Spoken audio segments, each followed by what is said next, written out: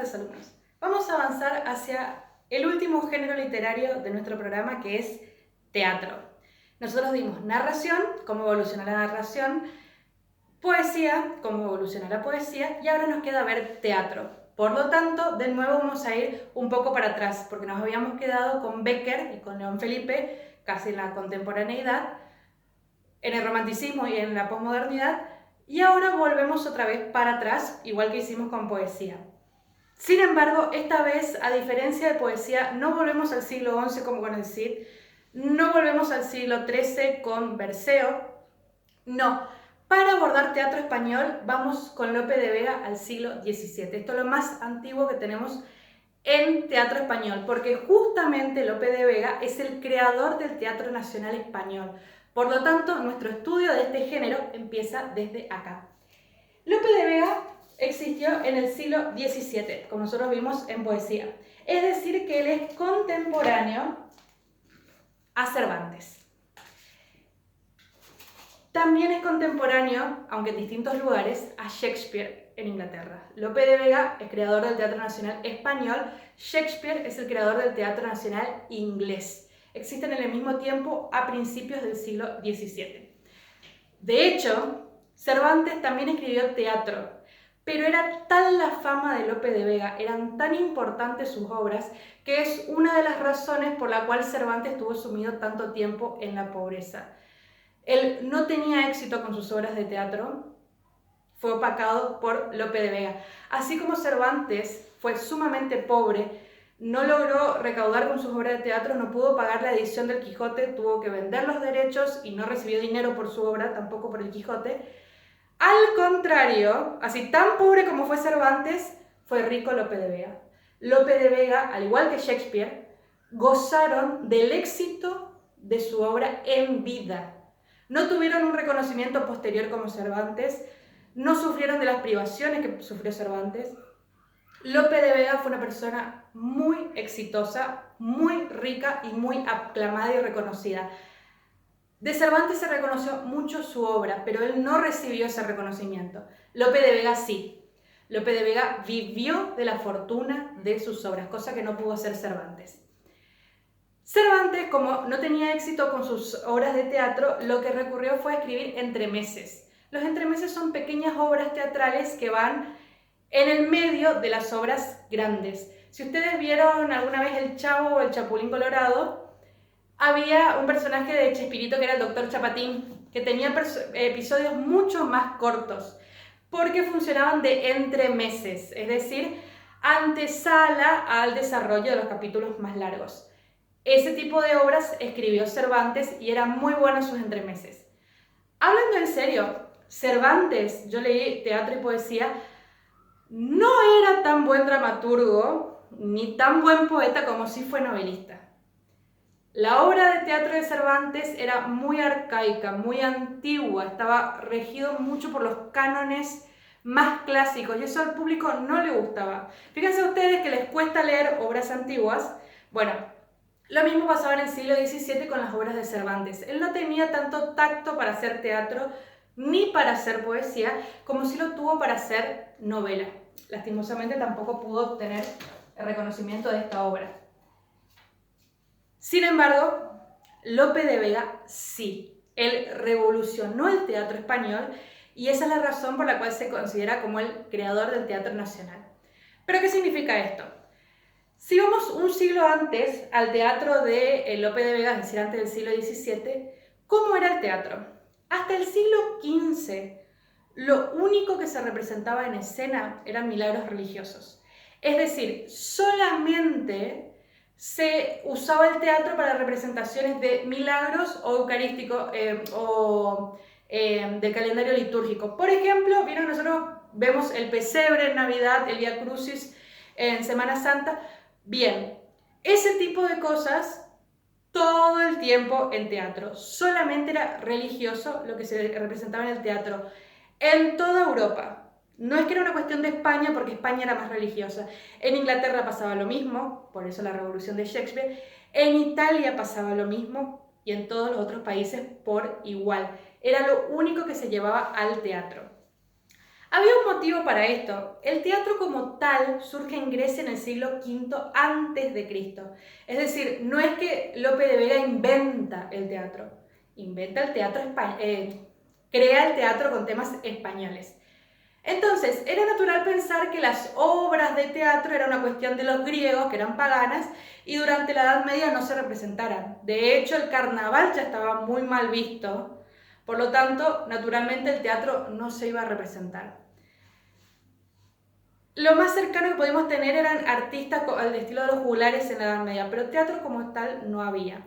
¿Cuándo empezó a cambiar esta idea de que el teatro solamente era religioso? En el siglo XVI en Italia, con algo que se llamaba la comedia del arte, que eran artistas de ambulantes que iban de pueblo en pueblo, pero no eran como el juglar que iba uno solo contando, eran compañías de distintos artistas y cada artista tenía un rol. El bufón, la niña triste, el padre severo, el maestro severo, la mujer criticona, es decir, esos personajes típicos, eso era lo que se representaba en los distintos escenarios de la comedia del arte.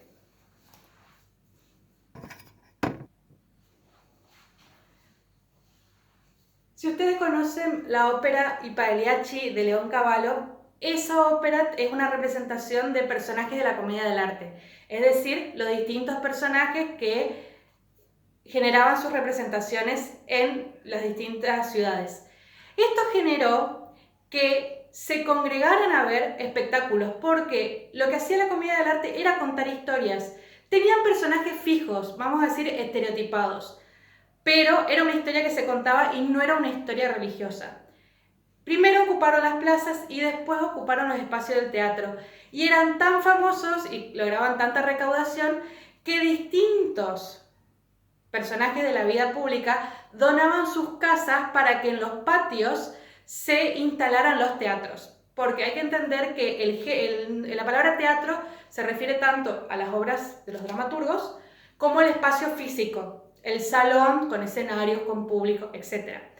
Entonces, gracias al trabajo de la comedia del arte, de los artistas de la comedia del arte, se empezaron a construir teatros en los grandes jardines o teatros en las grandes casas, donde el público podía ir y degustar entre todos de la obra de teatro.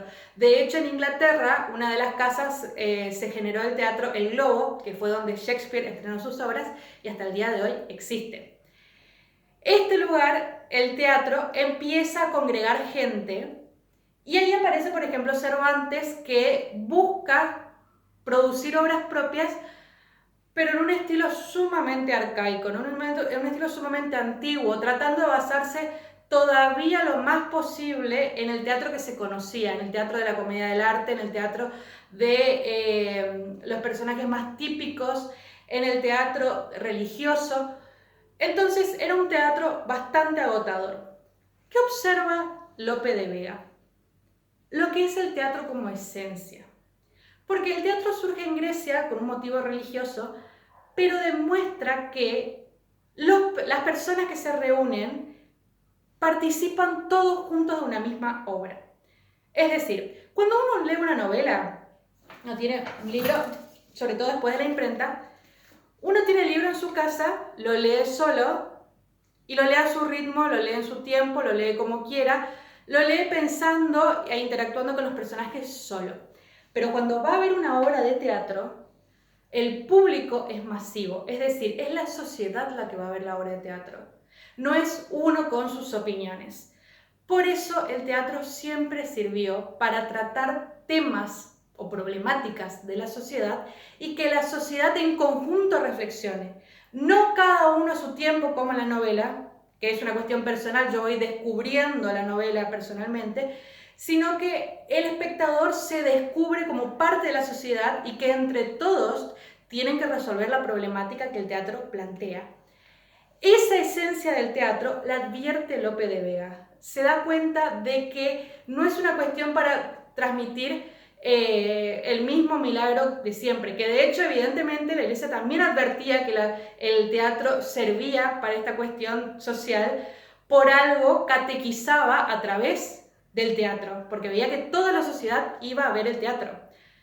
Lope de Vega se da cuenta de que la sociedad no solamente es cristiana, es parte importante, pero que hay muchos temas que no se dicen y que la sociedad le interesa y la sociedad quiere ver.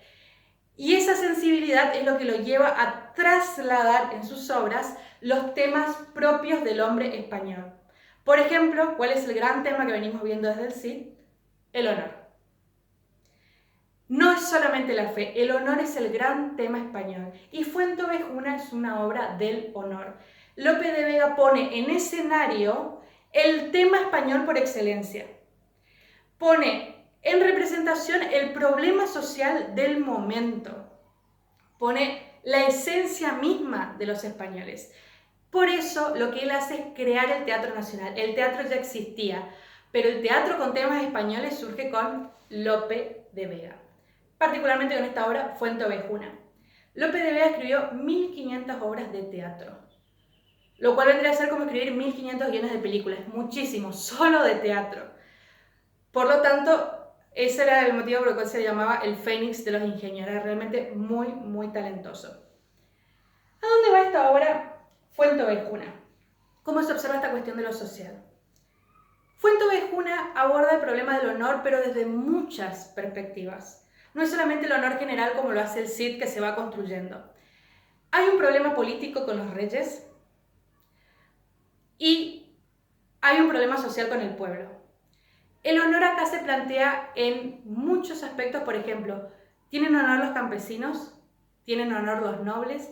¿Tiene honor la mujer? Pone en escena un problema. Ya habíamos visto en el Quijote que estaba la defensa de Don Quijote hacia Marcela. Bien, eso lo va a llevar a la representación, al teatro, Lope de Vega, para que todos vean el problema que hay con las mujeres, porque se les quita el honor. Y a partir de esto van a surgir otras problemáticas adyacentes. En primer lugar, está la cuestión de los reyes, porque hay un problema con el trono, que está vacante, que está vacío. Entonces, si no está el rey, bueno, ¿quién deposita el honor del pueblo? Tenemos que entender que justamente este es el tema español por excelencia. Por algún motivo, ellos todavía mantienen la monarquía. Muchos de ustedes decían, no es correcta la lealtad del Cid hacia un rey. Claro, porque nosotros no vivimos en una monarquía, no respetamos esa costumbre. Tenemos posibilidad de elegir a los gobernantes y está bien porque eso es nuestra representación nacional. Pero la preocupación por la figura del rey es el tema nacional del teatro de Lope de Vega y es el tema nacional español. ¿Cómo está el honor del rey? Y cómo si el rey no está, ¿tiene todavía honor el pueblo? Y si el rey está y es un corrupto, ¿tiene honor el pueblo? Acuérdense lo que habíamos visto con el Cid, que el daño en la imagen del rey repercute en todo el pueblo, porque si el pueblo sigue ese rey que es corrupto, ¿cómo es el pueblo entonces? Eso mismo plantea Lope de Vega. Por otra parte, ante esta falta de autoridad va a aparecer la nobleza que quiere ocupar ese lugar. Es común que en España la aristocracia sea enemiga del rey, porque se considera que el rey es la imagen de Dios, esa es su costumbre, por lo tanto el noble que quiere ser más que el rey está mal visto. Si ustedes recuerdan, Lope de Vega es contemporáneo a Cervantes y en esta época del barroco empieza la decadencia de la monarquía, es decir, los reyes no gobiernan, gobiernan los válidos, que son los amigos nobles que ocupan los lugares de los reyes, que gobiernan en su lugar, que toman las decisiones, pero las decisiones que a ellos les importan, no les importa al pueblo. Esa es la decadencia que ya vemos en el Lazarillo, decadencia económica. Entonces, es propio pensar que para España la nobleza es enemiga de la monarquía, porque toma un lugar que no le corresponde y gobierna para su propio lugar. No es muy distinto de lo que nosotros vemos, es decir, la corrupción está con distintos conceptos sociales, pero es la misma corrupción y la misma degradación en definitiva. Y después está el problema de los que no son nobles, campesinos y particularmente las mujeres. ¿Cuál es el honor de cada uno? ¿Tienen o no tienen honor y en qué radica? Eso es lo que se va a cuestionar Lope de Vega. El problema político de la falta de autoridad va a devenir en un problema social que es la justicia. Cuando no hay una autoridad que rija, entonces, ¿quién gobierna y qué pasa cuando hay una injusticia? El pueblo se la aguanta, el pueblo reacciona, está bien que reaccione, que no reaccione. Esos son los temas sobre los cuales va a ir trabajando la obra. Y en concreto, como estamos hablando también de relaciones humanas, también se va a reflexionar sobre el tema del honor. Entonces tenemos, en primer lugar, la cuestión de los reyes, la cuestión de la nobleza, la cuestión de los campesinos, y en particular con la cuestión de la mujer también se va a trabajar la violencia hacia la mujer. Fíjense la capacidad de Lope de Vega de decir, llevo esto a escena, porque cuando una persona lee una obra en solitario, lee la novela y dice, ah, qué tonto Don Quijote, defendió a Marcela, no debió haberlo hecho, y lo piensa. Pero cuando ve en el teatro y ve que todas las personas aplauden que se defienda a una mujer que está siendo ultrajada, esa persona no tiene ya el mismo valor para imponerse sobre los demás. Entonces, ve que en sociedad algo está cambiando y empieza a cambiar solo. Lo que no se puede dar cuenta en solitario, se da cuenta en sociedad. Y para eso sirve el teatro, para advertir el problema social y para que entre todos reconozcan que lo que está sucediendo ahí no está bien. Lo que le hace Lope de Vega es darle voz a esas personas ultrajadas. En este caso, mujeres y campesinos. Campesinos por hablar de todos los que no son nobles. Pueden ser cualquier tipo de aldeanos. Si ustedes recordarán, al ser contemporáneo a lo que es Cervantes, están dentro del mismo movimiento del barroco. Ustedes pueden mirar estas dos obras y pensar que no parece tan extensa y no parece tan barroco como el Quijote. Sin embargo, sí tiene características propias del barroco y una de estos es la profundidad de los temas. Hay muchos conflictos, hay un conflicto político que desemboca en un conflicto social. Y es decir, hay varios niveles del conflicto y ese conflicto social tiene varias aristas. Tiene el problema de la justicia y tiene el problema de la violencia. Todo eso se aborda en una sola obra. Por lo tanto, ese escenario es una pequeña representación de todo lo que está pasando. Eso es muy barroco. Además, ese problema empieza por la sucesión de los reyes católicos. Esta obra se estrena en 1600. Los reyes católicos asumen en 1470. Es decir, que esta obra habla de un problema que sucede mucho antes de la fecha en la que se publica. Si ustedes recuerdan, el año pasado había una serie en Telefe que era Argentina, Tierra de Amor y Venganza. Esa novela se emitió en el 2019, pero la acción de esa novela pasaba en 1935, es decir, hace 80 años o más. Lo mismo pasa con Fuenteovejuna. Se publica en un año, se estrena en un año, pero el conflicto del que habla es pasado. Por una parte, hace alusión a esta cuestión de no voy a hablar directamente del rey de ahora, que es un inútil, sino voy a hablar de otro momento de la historia en el cual no había autoridad, cuáles fueron las consecuencias. Eso es muy barroco, hablar de esa profundidad del tiempo, decir esto pasó hace tanto y se ve ahora todavía. Enrique Pinte decía, hay que leer obras antiguas para darse cuenta de que hace mucho que estamos mal, mal de mucho, consuelo de tontos, pero consuelo al fin. Y en realidad tiene que ver con eso el impacto social, de decir, bueno, ¿hace cuánto que estamos viendo lo mismo y no se cambia?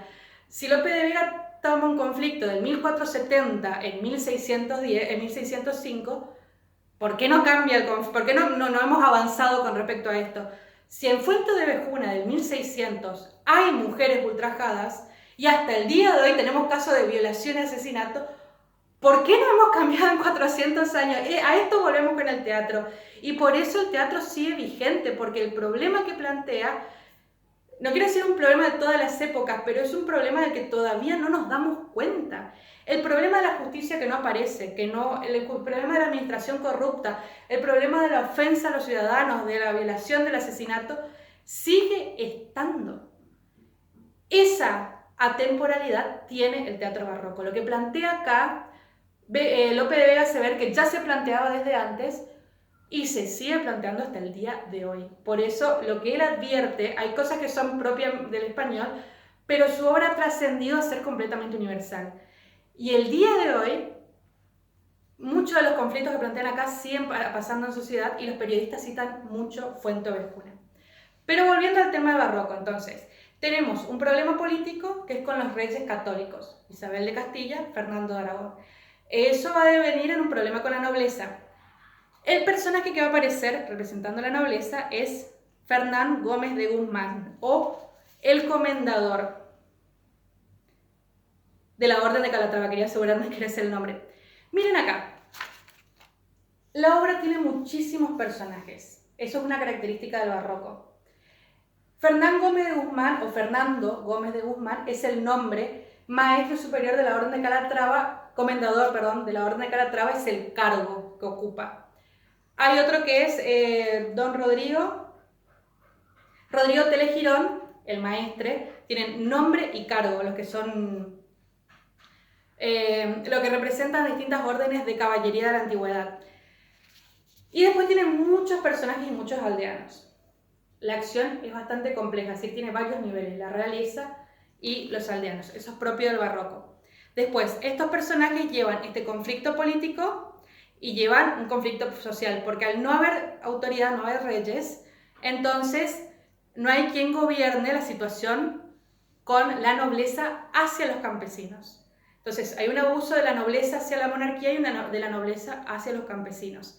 Y ahí aparecen los personajes Frondoso, que es un campesino, y Laurencia, que también es una campesina, y sobre ella se va a trabajar el tema de la violencia hacia la mujer. Fíjense cuántos niveles tenemos para trabajar, muchos temas de la sociedad, y eso es característica del barroco. Además que se va a hablar el tema del amor. Otra característica del barroco, tiene muchos escenarios, porque van a ir de Fuenteovejuna, que es la plaza donde habitan los campesinos, a la ciudad real, que es donde están los reyes. La obra tiene 3 jornadas que vendrían a ser actos. En algunas ediciones también se llaman autos, es lo mismo. No quiere decir que sucedan en 3 días, no, son 3 actos de la obra. Pero sí las obras duraban más o menos 4 a 5 horas, eso es lo que dura, por ejemplo, Shakespeare. Y está escrito en verso. También es una característica del barroco, todo con rima perfecta, consonante. Esto es por el barroco. Tiene parlamentos largos, fíjense que acá empezaba Flores a hablar y sigue hasta acá. También que tiene notas, pero es un parlamento muy largo. Piensen que esto se representaba estudiando de memoria. Y había que, no es como en la película que uno puede cortar y preguntar, no, había que representarlo todo de corrido. Había que estudiarlo. Para eso servía la rima, para ayudar a memorizar parlamentos largos. Parlamentos largos, característica del barroco, la rima perfecta, característica del barroco, y para decir algo tiene mucha antesala, es decir, ornamenta mucho el discurso, también característica del barroco. Entonces, es una obra barroca por cantidad de personajes, tipos de diálogo, la estructura en verso, la complejidad y la multiplicidad de los temas, y a su vez, el tiempo en el cual sucede. Más allá de ser barroca, es una obra universal, porque aborda temas que todavía hoy nos seguimos preguntando. Y eso es lo que nos tiene que servir la obra. ¿Por qué se mantienen esos temas? ¿Por qué si ya lo advertían en este momento, no se ha modificado? Porque en sí, como sucede hoy en día, parece que todo se publica, todo se dice, todos entienden, pero sigue pasando. Entonces, no es una cuestión de que la obra nos sirva, porque de lo contrario no serviría ninguno de los métodos de difusión nunca. Eso es lo que va a abordar la obra. Si se mantiene el episodio de violencia y se mantiene el episodio de corrupción, es una cuestión de los espectadores que sufren o de las personas que deciden. Eso es lo que nosotros tenemos que abordar. Esos son los temas con los que nosotros vamos a trabajar. Bien. Les decía, hasta el día de hoy, periodistas citan Fuenteovejuna. Lo que sucede en Fuenteovejuna lo vemos en la cotidianidad. Quiero completar el teatro barroco con otros 2 autores. Primero uno que ya habíamos visto, Calderón de la Barca, que el teatro de Calderón, sobre todo para que ustedes comparen con lo que es el Teatro Nacional. Ambos son españoles, por supuesto, pero para que vean por qué es importante Lope de Vega.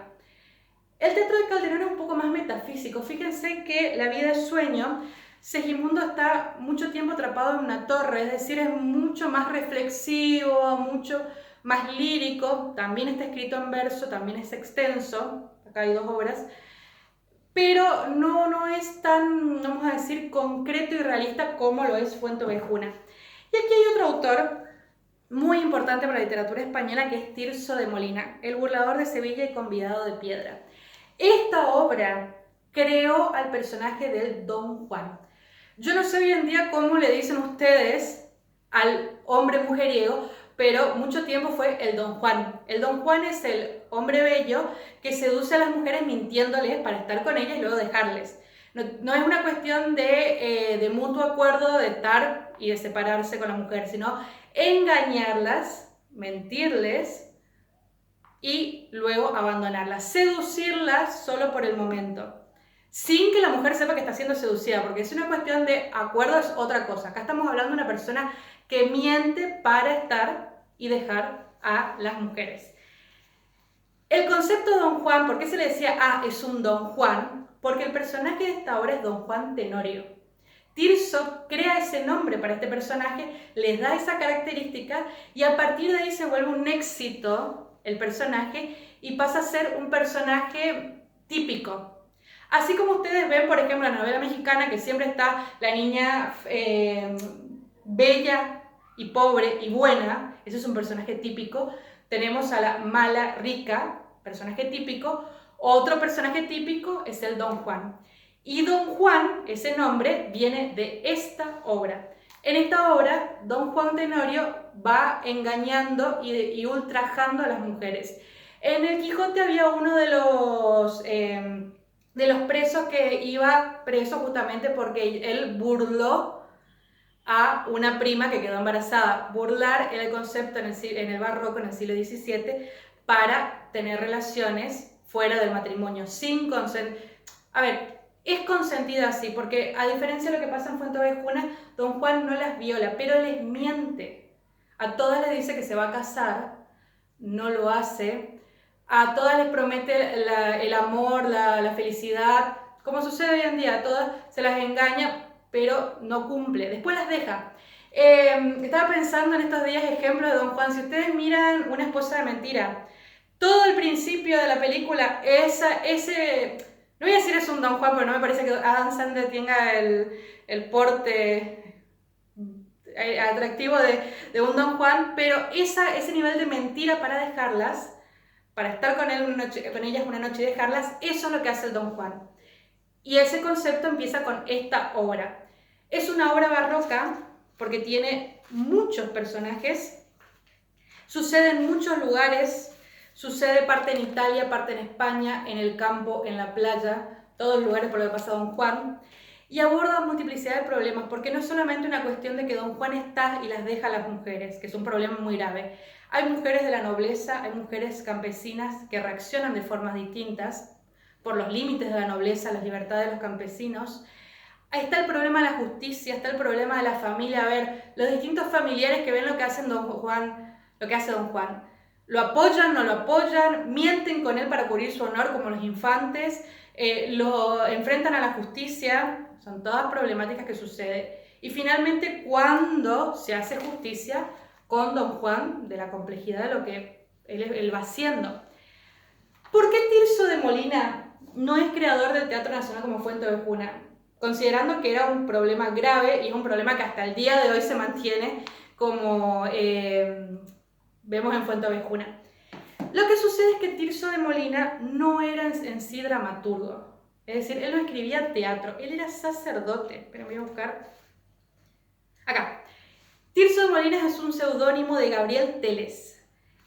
Él era sacerdote y él escribe El burlador de Sevilla y Convidado de Piedra por todo lo que él escucha de las confesiones de las mujeres y los hombres. Entonces se da cuenta de un problema recurrente y lo lleva a teatro poniéndole este nombre que va a pasar a la historia, que es Don Juan Tenorio. No es un autor prolífico como Lope de Vega, que sí se ocupó de llevar muchos temas al teatro. No, él traslada esta preocupación, que por eso tiene muchos más tintes religiosos también, preocupación que él ve, pero es una de las cosas que él ve, no es el compromiso completo que tiene la cuestión social del teatro. No es un escritor como Lope de Vega que escribe tantas obras. No era esa su profesión, por lo tanto no se lo considera creador del Teatro Nacional.